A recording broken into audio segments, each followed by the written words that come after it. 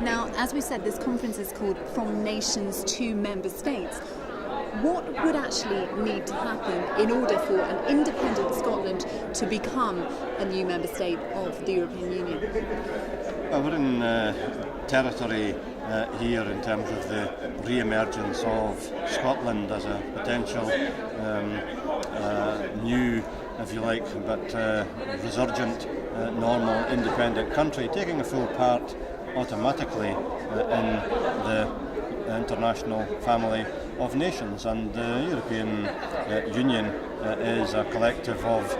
member states, and it recognises the will, the democratic will of peoples in these member states. And there's no issue about Scotland's participation, because we already are part of the European Union. We already meet all of the basic membership criteria of the EU membership process, so that when we have the negotiated settlement of the UK becoming in effect at least two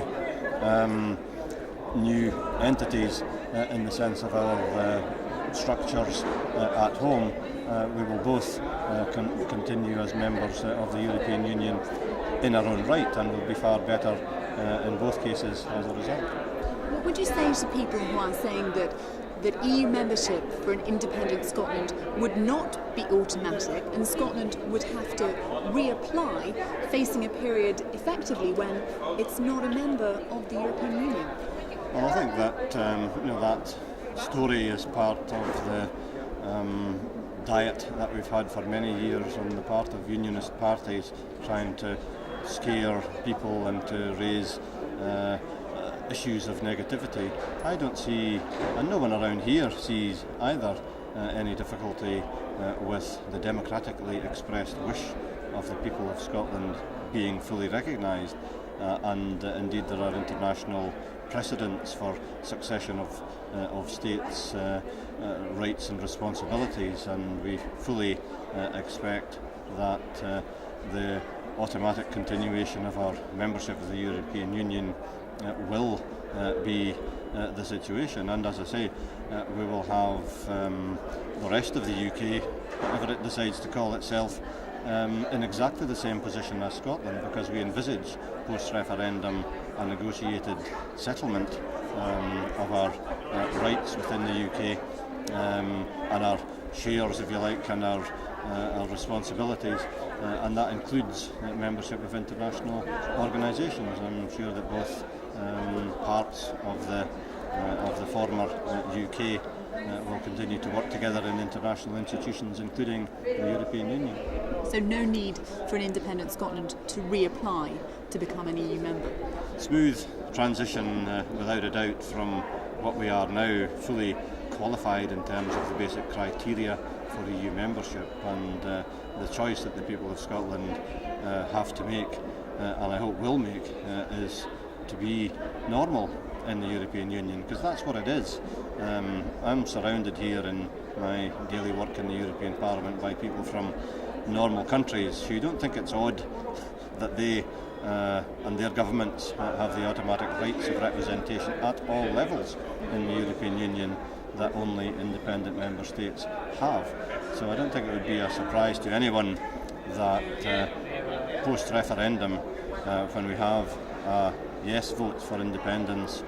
clearly expressed by the people of Scotland, that membership of the European Union will be anything other than automatic. And what about the argument that there are quite significant countries in Europe, like France, for example, like Spain, that have their own nationalist movements that wouldn't want to see you have a smooth ride to an independent membership of the EU, because they don't want that to happen for Catalonia, for Corsica, for example, that you would face opposition? Well, peoples in various countries of Europe, whether member states now or not, are free and must choose their own rates of progress towards constitutional change, and in many cases, like in Scotland, there are advancing waves of public opinion and indeed votes going in favour of greater participation and independence in the European Union. but Scotland, as a resource-rich country and as a constructive potential partner in the European Union, I can't see being anything other than welcomed with open arms. We already have an international reputation as Scotland. We have the huge potential in the modern European Union to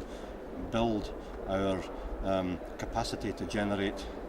energy from renewable resources, for example, and we have at the same time an EU market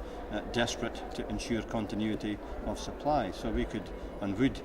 be exporters into the European Union market of our surplus energy products, just as we want to continue and consumers want to continue to have our fishery products, our food products, our drink products and all the rest. So I'm quite certain that open arms and welcome would be the order of the day for Scotland.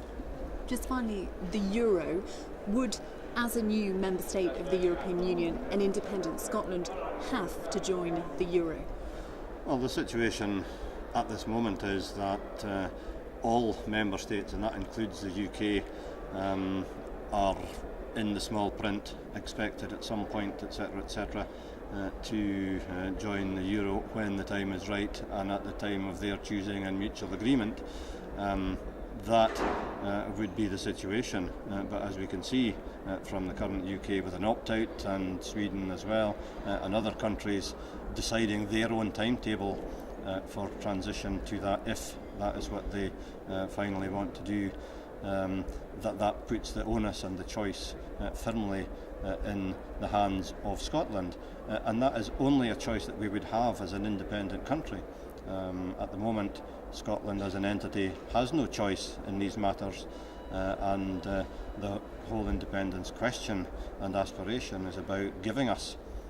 a choice, giving us input to that kind of decision in our own right and in our own interests.